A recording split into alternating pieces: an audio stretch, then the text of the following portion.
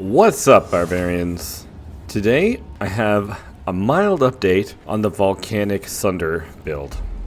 Right now I am farming T8, T9 maps. The biggest thing I find with mapping is I'm not finding a lot of higher maps. So as you can see, I have one T10. So let's do this T10 map.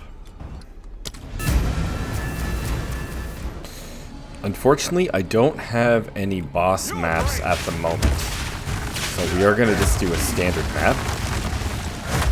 And as you can see, we still use the volcanic part of the Volcanic Sunder.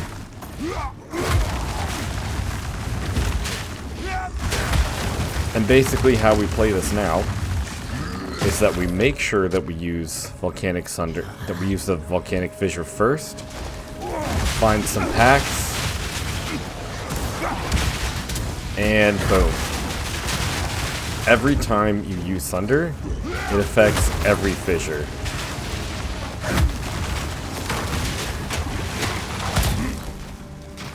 So the more fissures you lay down, the better. My chaos resistance is low, and that's why those poison damage is really killing me here.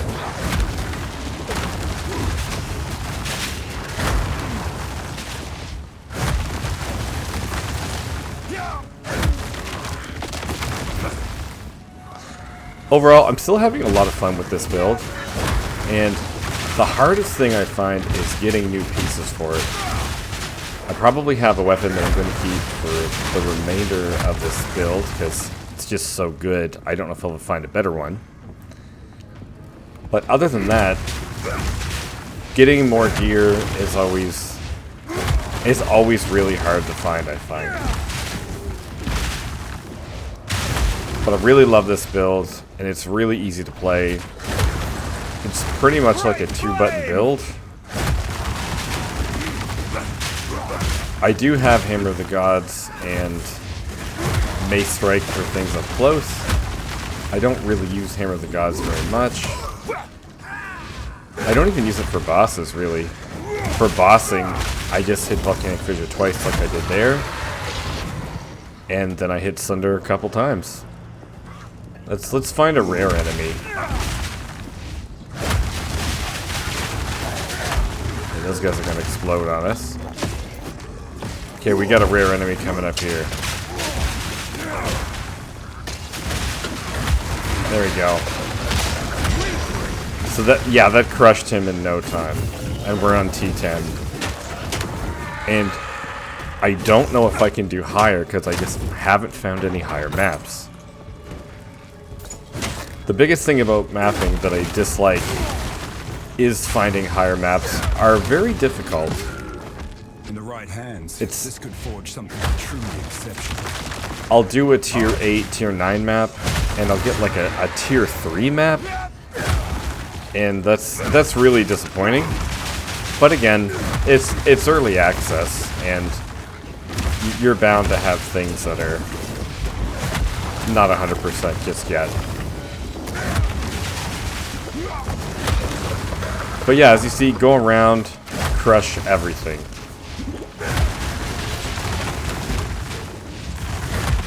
Overall, very easy play style, and very easy to move around the map. Pretty fast as long as you have some movement speed. I find one Sunder really seems to take care of most enemies. And if I have one enemy left, I just use my Mace Strike. And one thing I also use, I like to use Upheaval for Volcanic Fissure.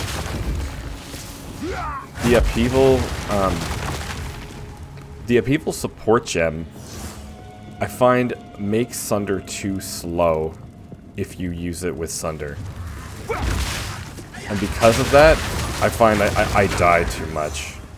And dying in maps is very punishing. Once you have one map, you have one life. That's it. Okay, what's this? And then if we want, we can use an Infernal Cry.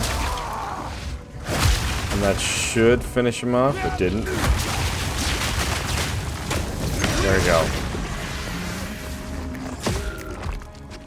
That is the update for Volcanic Sunder, and now let's go into the skills.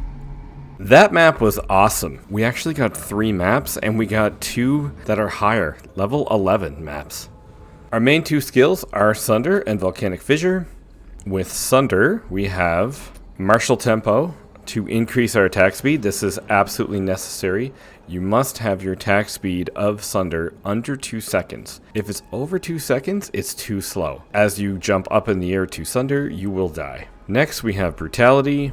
Aftershock, very important not to take Tremors, but Aftershock, because with Tremors, it'll lower your damage. And Heavy Swing. We are dealing a lot of physical damage, and this one does have the downside of less attack speed, which is offset with Martial Tempo and with some nodes in our skill tree. And our second most used skill is Volcanic Fissure, where we have Persistence so that our fissures will last longer. And Fire Infusion, as this is a fire skill, and then we use Upheaval. Upheaval is awesome. I tried to do Upheaval with Sunder, but it makes it too slow. The 40% less damage is negated if you use Brutality with Sunder. Found Sunder with Upheaval was just too slow, even with Martial Tempo. But with Volcanic Fissure, it still works really fast, and it actually still does a lot of damage. Next we have Infernal Cry. I use this on bosses. What I'll do is I'll put down 2 or 3 lines of Volcanic Fissure, then before I hit a Sunder, I will hit Infernal Cry. And here we want Premeditation. Our Sunder will do more damage. Enraged Warcry, so that when we have Rage, it will consume our Rage so we can deal more damage. And we have Raging Cry, and that we'll get more Rage from using Infernal Cry. The next most used skill would be our Mace Strike. So if there's 1 or 2 enemies straggling along, I usually just hit them with the Mace Strike. This one I put on the Rage support, that is very important, and Close Combat. I also put on Lacerate with Bloodlust. These 2 are not necessary, but just random things that if an enemy bleeds, we are going to deal more damage. You can take these out and put in whatever you'd like. Next is Hammer of the Gods. I use this when our bosses are heavy stunned, and I put in the Fists of War, which means every Hammer of the Gods will be ancestrally boosted, just to give us more damage. For our Spirit Gems, I'm using Herald of Ash, Time of Need, and Berserk. The most important one would be Berserk, followed by Herald of Ash, and then Time of Need. Time of Need is really good, or you could use Overwhelming Presence. Either or. I like this one because it removes his curses and elemental ailments. Let's go over the gear. This mace is absolutely amazing, and I actually found this mace as you see it. I got this in an Ascendancy trial, and I've been using it ever since. I'm not sure if I'll ever find a better mace than this because it is just so amazing. For now, this will be my end game mace. If I find something better, then that'll be crazy. It is amazing except for accuracy rating, which we don't need. The high increase to physical damage is great. The additional physical damage is also great. The increase in attack speed is very needed. And the 4 levels to all melee skills is crazy. Amazing weapon. Can't believe I found that. On all your gear pieces, you want to max out your resistances and get as much life as possible. Life and armor. Those are the only important things that you need on all of your items. So my suggestion to you is get as many pieces as you can that'll max out your resistances and then stack as much life as possible. And if possible, try to get some movement speed on your boots. That does seem to speed up the gameplay and makes the maps go much smoother. My rings are not very great. Lightning damage with our attacks doesn't matter. Evasion rating doesn't matter. Increased rarity is cool, but it's really just for our resistances. Same with this ring. Accuracy rating is useless. Intelligence is not needed. This ring is pretty awful. And our amulet is also awful. It's...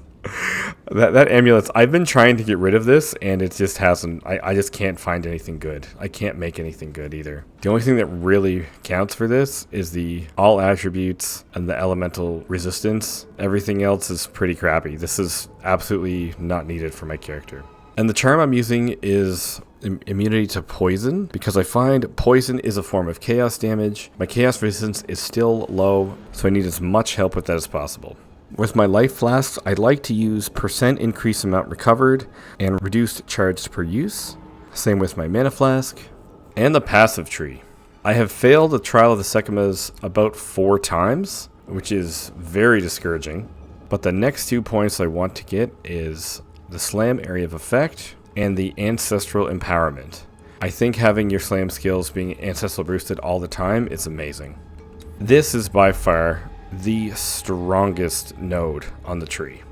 But everyone takes it, and I want to see if Titan is capable to do higher level tiers without taking this, or if this is so mandatory to take that it overshadows everything else. After that, I would like to take this one over here, 40% more damage to heavy stunned enemies. With our skill tree, things have mainly stayed the same.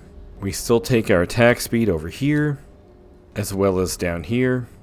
We take some increase of area damage to increase the width of our Sunder. We max these out and we path down here to get our armor nodes. So we take Polish Iron and Blade Catcher.